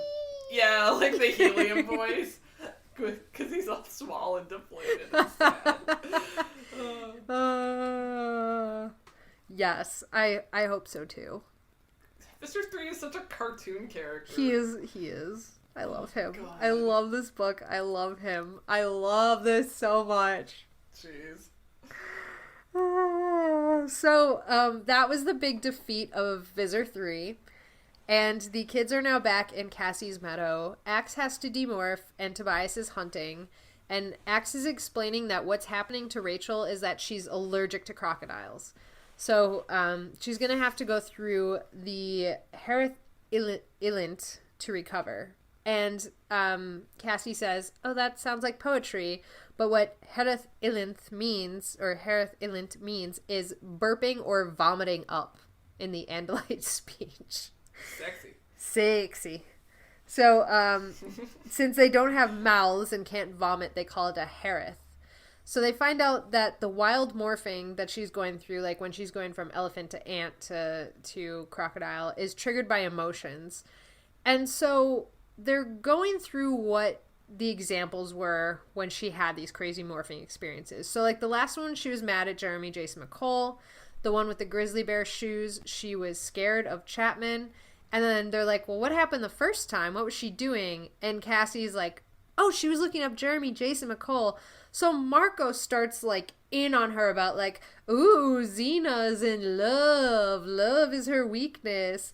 And, of course, because Marco can't fucking take the hint, he keeps going. And Rachel starts, like, rage morphing again. And he, like, it's literally, like, she's going after Marco, and Marco ducks behind Axe, like, haha, dodged you. And she starts rage morphing an eagle. And Jake just kind of pulls Marco aside and says, Rachel can't control her morphing. If she goes to Grizzly and she's mad at you, do you really want this to happen? God. I know. And that's when Marco's like, no, we're good. Sorry. Bye. So Rachel's like, she's not having it. Jake, after calling Marco off, kind of lightly chews out Rachel for not telling him about this before the mission and putting them all in danger. And Tobias just, like, privately thought speaks to her, like, hey, it's okay. It's okay. And Rachel goes, no, it's not okay. It's really not. It's really not, but Tobias was trying, and she was so mean. I'm not mad about that. I'm just like, why didn't Rachel tell anyone? Like... Well, here's the other thing. The next thing she does, the very next day, the very next thing in the book, is her telling Jake, oh, I went through the Herathillanth. It's fine. Yeah, I went through it. Fuck? Like, she's like, it's not fine. It's not fine that this happened. And then the next thing she does is the same fucking mistake. Yeah, that's what pisses me off. Like, Yeah. Like, fucking... I get it. You were scared that if you told them something was up, they would make you stay home and you would be out of the action. I get that. But, fuck, You man. needed to be home and out of the action. Yeah. It's like, Yeah. And I got mad at Jake at the last book for not telling them about the hallucinations. Uh-huh. And it's like, why can't you motherfuckers talk to each other?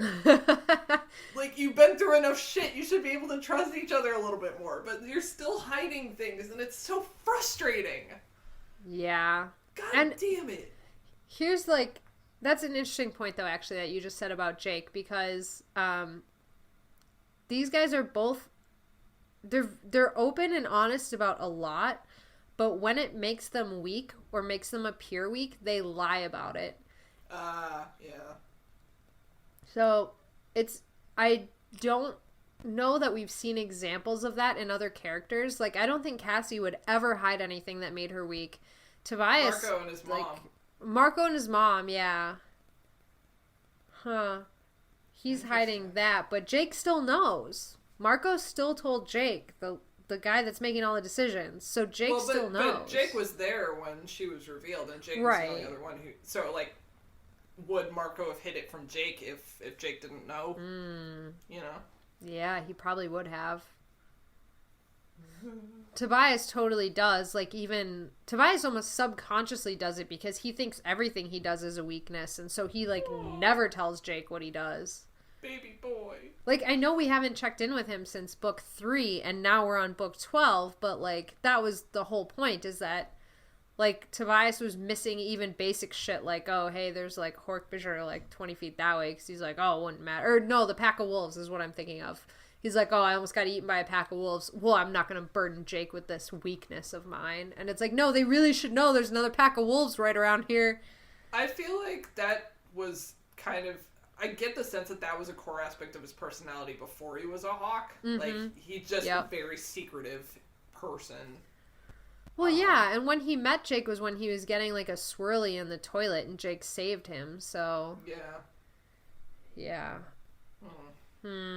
Baby boy. Yeah. But, yeah, Rachel hit it. Rachel says, yeah, I went through it, it's fine. And then Rachel, like, goes... The next part of this is her just saying, like, oh, I can control my emotions. It's fine. Except for, like, maybe anger. No, Rachel, you've never been able to control any of your emotions. Oh, my God. I was like, Dude. Really? Are you not that self-aware? No, at least she knows anger. Like, yeah. Whatever. So, she does mention that it was a good thing she did not try to lie to Axe about this, because Axe would have asked what she did with the extra crocodile. This was another really, really good relationship part that I wanted to bring up. So, Rachel gets back from the end of the school day, makes it to the hotel. She's on her way to go do the interview, and when she meets up with her dad's like, "Where have you been? This is happening." And Rachel's like, "I was at school." And like, how unaware is her dad as a dad? Yeah.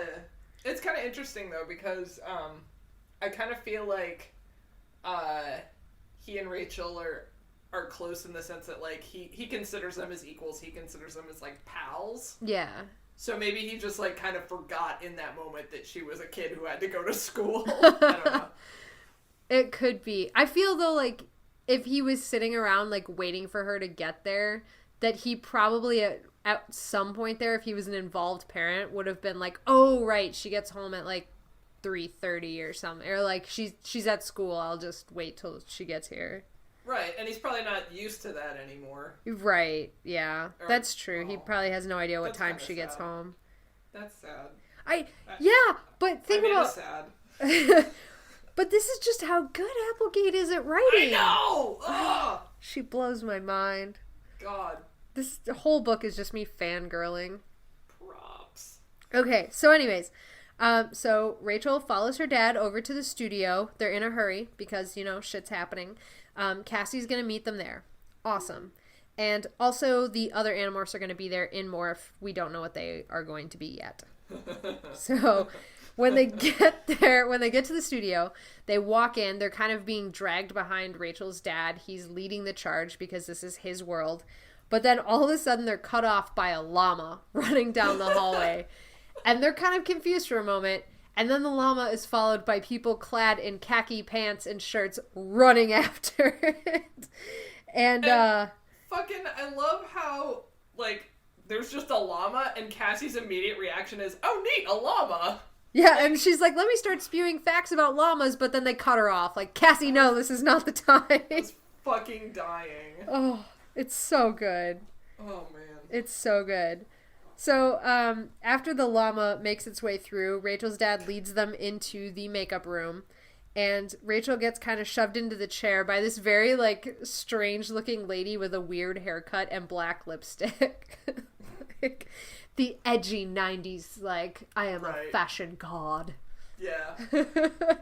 So, she gets shoved into the chair, and the lady starts, like, just tossing her hair around and, like, saying, "Oh, well, this lacks volume. What kind of conditioner do you use?" And just being insulting. And so Rachel immediately loses her cool. I know! It's like, I can control my emotions. She gets mad at, like, literally the first and most minor thing that happens. And exactly. I'm just like, call it. Yep. And so the lady, like, yells, "Oh my god, your hair's going gray!" And Rachel realizes she's starting to morph wolf. And Cassie, for the second, this is the second occurrence of this in the book, Cassie goes, "Hey, look over there." And the person just looks over there. Cassie's was a little more than that. She said something like, "Oh, look, Brad Pitt in the hallway." She said Brad Pitt, right? Sure. Okay. So Cassie, very coolly and intensely, says, "Look over there." And that completely fools the makeup lady, which, of course it worked, I guess. And then she starts chewing out Rachel a little bit about maybe lying about burping up this crocodile, vomiting out this crocodile. Just a little. So, so Rachel thinks she's really good at controlling her anger, but apparently she's not that good at controlling her anger because, she starts morphing wolf. Yay. And then the next thing that happens is Jeremy Jason McCole walks into the room, walks over to Cassie, and is like going full charm. Like he's like put his arm around her. He's like, "Hey, how's it going?" And Cassie apparently her knees literally start shaking. She is so overwhelmed by this. And Rachel's just, like, doing her best impression of a robot because she's already, like, morphing to wolf. And she's like, hello, yes, I am on this show too. And she's like, thank God he didn't put his arm around me because I would have morphed big time. Which, very 90s. So then Jeremy Jason McCole says, if you guys could just, like, scoot along now because I have to get my makeup done. And, like, the illusion, like, that shatters. He's a complete asshole again. Like, he came in here just to be like, hey, ladies, why don't you scurry on along now so that the big stars can get their makeup done? And they're kicked. I know, such a douche. They're kicked into the hallway, door slammed behind them, and they're angry. And they come face to face with the llama. And Rachel just looks at the llama and says, well, if you're waiting to get your makeup done, you're not a big enough star yet. And then the llama goes, but one day I will be, because the llama is Marco. I love this so much, and he scares the shit out of them. They both scream. So, oh, I love this so much. Marco as a llama.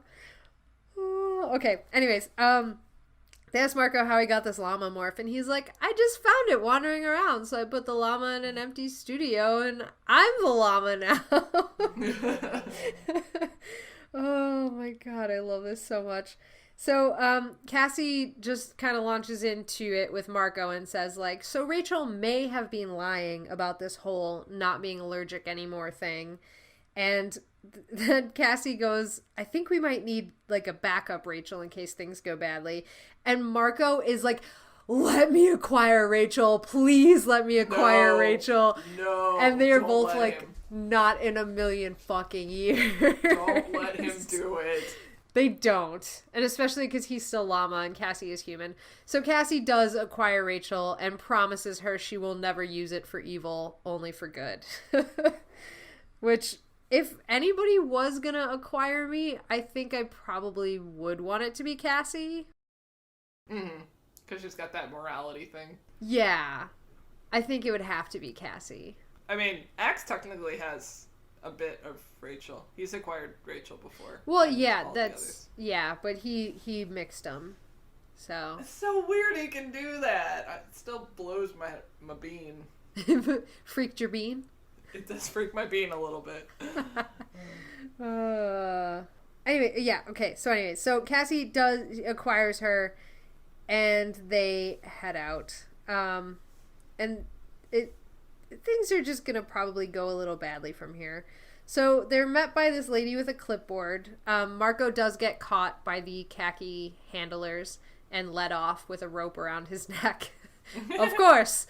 And also, I love the idea that the handlers could not catch this rogue llama, and Marco just walked up to it in a hallway and was just like, come here, llama, let's go. And it was like, okay. So Rachel and Cassie are led off by a lady with a clipboard, and she says they can't stay in the green room because they had a band on last week that trashed it. So they have to sit on these stools just off stage. So they can kind of see all the action happening on stage now where Barry and Cindy Sue are. And they make some comment about, like, Rachel, when you walk out there, just walk up to Barry, shake his hand. If Cindy Sue isn't in a snit, then you can just, you can shake her hand and then sit down. And then, like, if he does this with his hands, it means speed up. If he does this, it means time's up. Got it? Cool. It'll be easy. So she's, like, just sitting there trying, like, not to freak and trying to remain calm. And then she's hit by this intense wave of nausea. And it's followed by the croc mind kind of surfacing under her own. And this is right as Jeremy Jason McCole is walking out, and he's freaking out about them not having a green room, being a total freaking diva. Like, don't you know who I am? I'm Jeremy Jason. How can you not have a green room for me? I can't sit here with the others. I'm Jeremy Jason McCole, bitch! I'm Jeremy Jason McCole. So, while he's doing this, Rachel's trying to fight off the crocodile, and her first instinct is to try to swim, but she doesn't have a tail, so she just shakes her butt. Which is, like, the most hilarious thing. Oh, God. This whole sequence. This whole sequence is fucking incredible.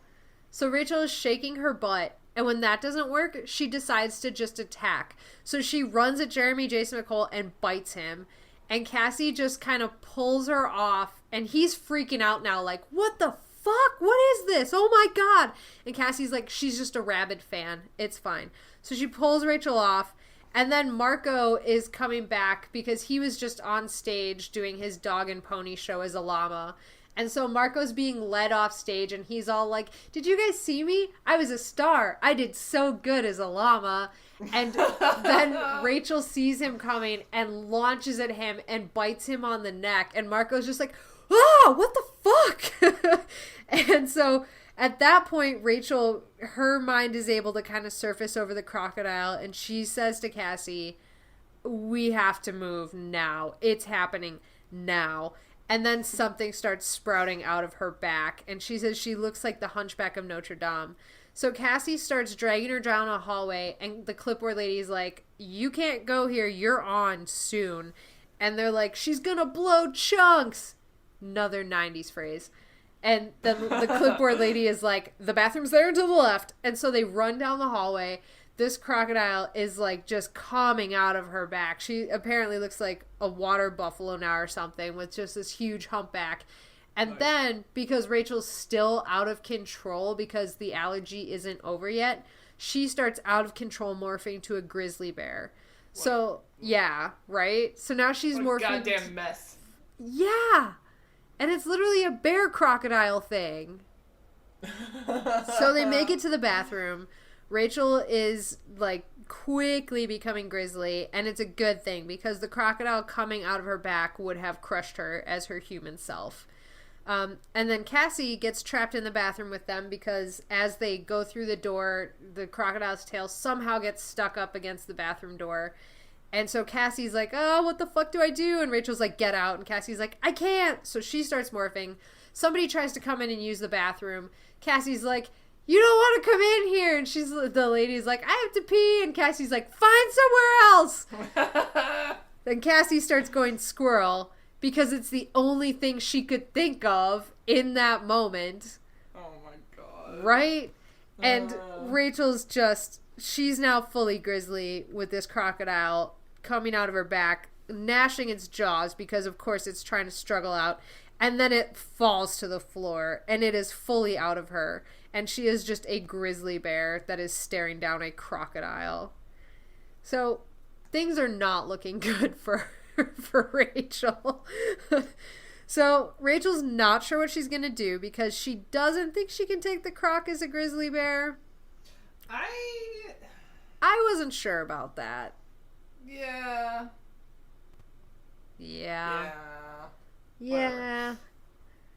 But yeah, so she doesn't think she can take it.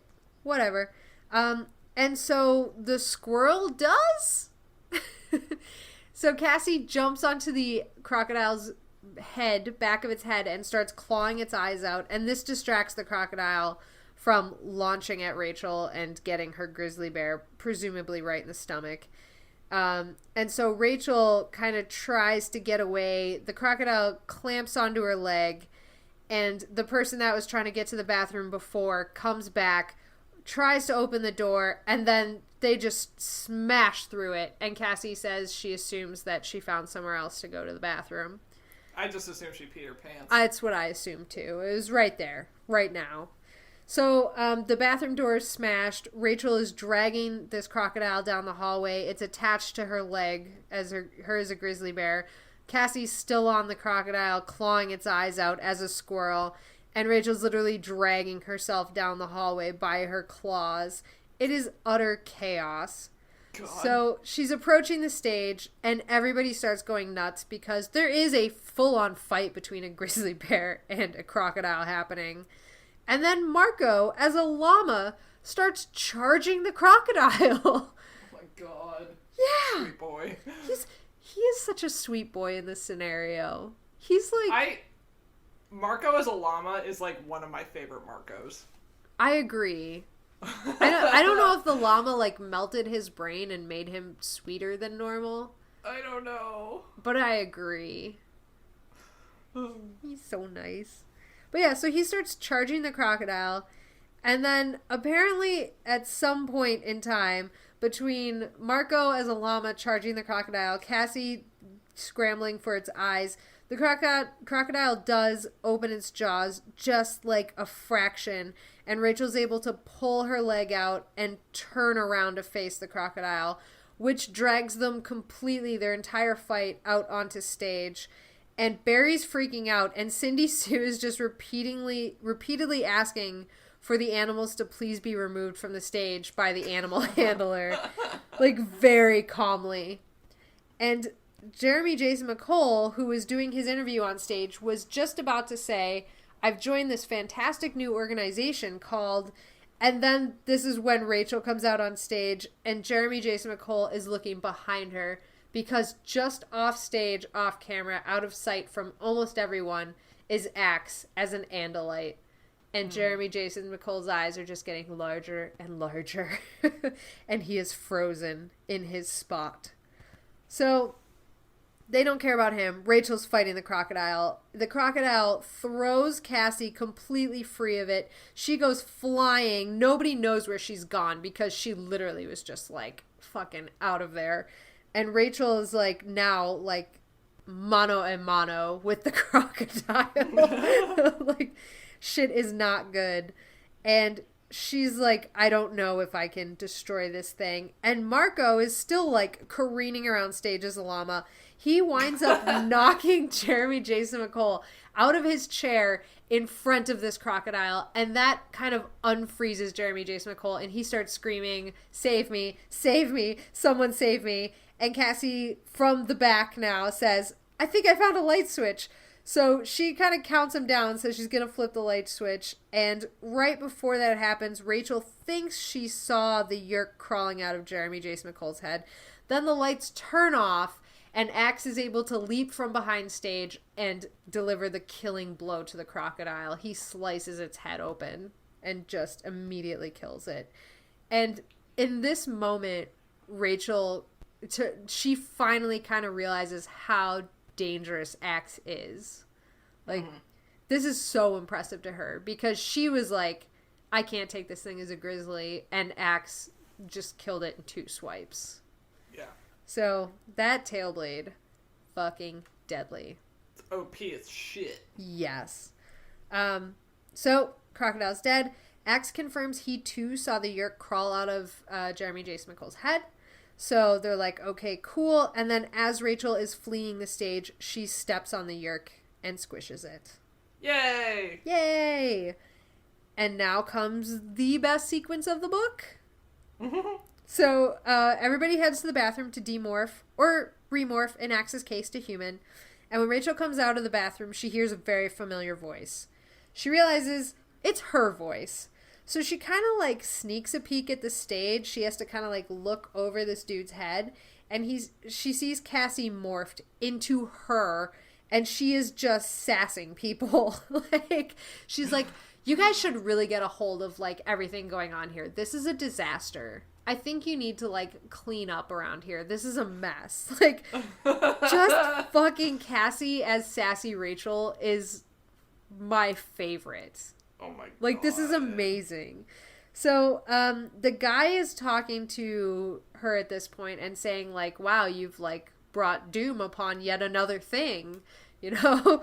And Cassie's like, yeah, okay. And he's, like, kind of scoping her out, like, trying to say shit to see if she reacts and, like, this is suspicious, thinking maybe she's an Andalite. And then the guy's final maneuver is just to say, Andalite! And, like, if she, like, jumps or pauses or anything, they know that, like, oh, she knows what an Andalite is, and she's part of this, like, Andalite Bandalite group. But she just, instead of, reacting to when he goes, Andalite, she goes, yeah, a light would be great, and walks off. I feel like k.a.applegate had that in her back pocket and was just waiting for an opportunity to use it. Yes. I 1,000% agree. Oh my god. So good. Oh, it was so good. It is so good. So, as Cassie sassily walks off the stage, Rachel is kind of, like, hiding out because she doesn't want to, like, catch Rachel's eye and, like, have her react. So after Cassie's, like, out of the way, she just kind of, like, goes up next to her and starts talking to her. And Cassie starts, like, telling her how difficult it is to control her brain. She's like, your brain keeps telling me to do stupid shit. Which I love. And Rachel's like just astounded that she could be difficult to control. So the final thing that they talk about is Cassie tells her how much trouble she's in. And Rachel goes, you wouldn't want to stay in Morph as me for a little bit longer to talk to Jake, would you?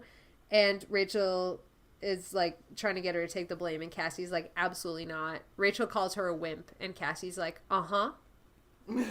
Yep. She'll own that. Yeah, I know, right?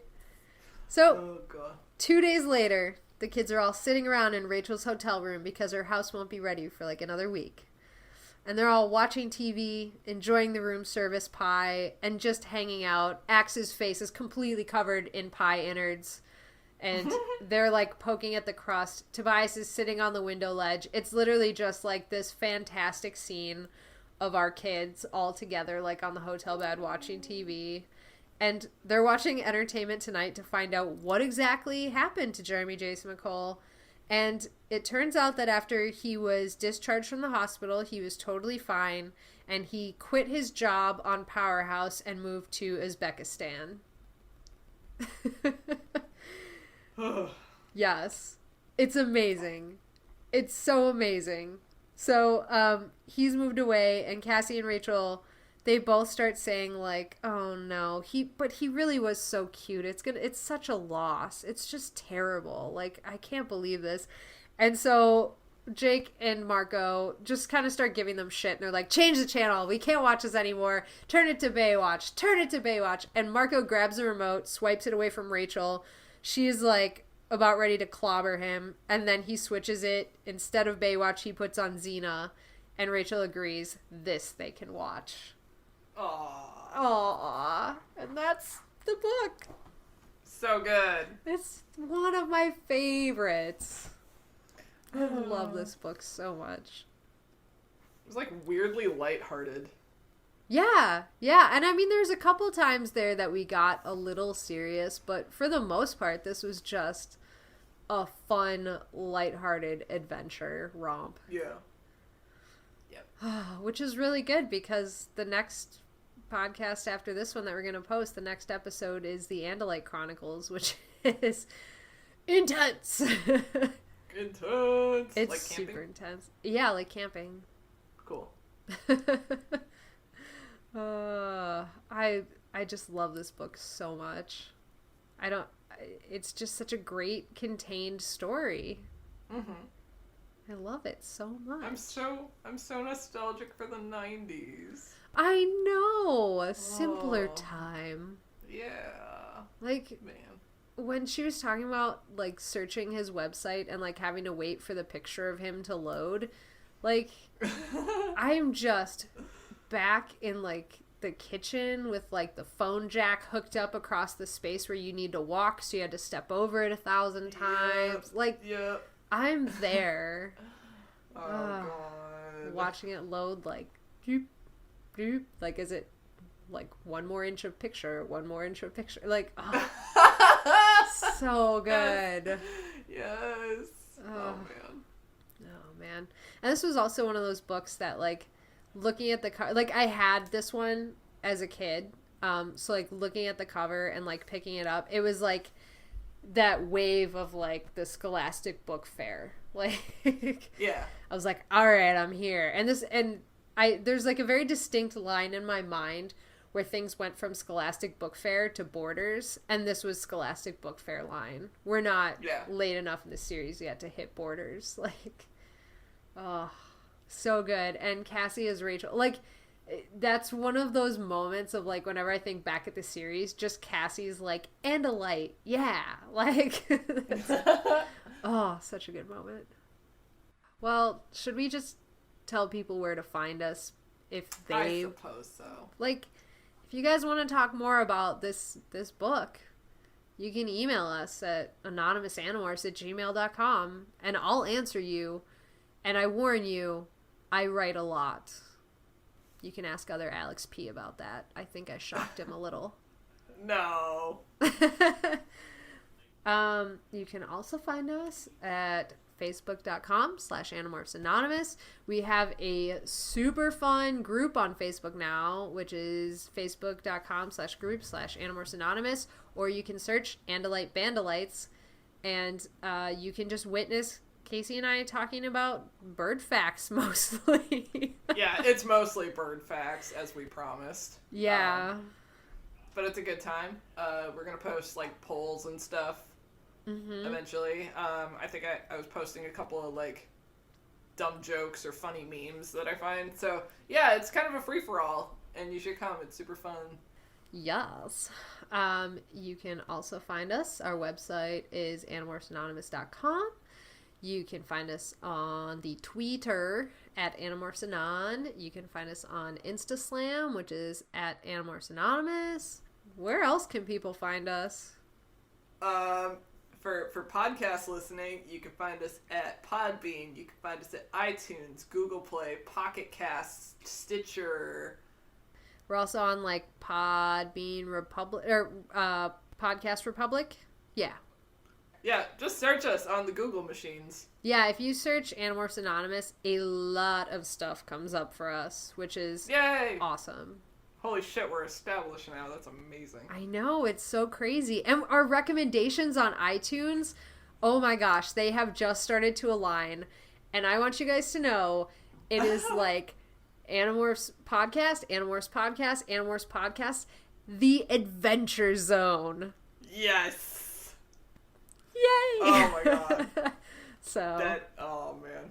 That hurts me inside. I don't know what their algorithm is, but the fact that we're like in that league, even metaphorically, is amazing.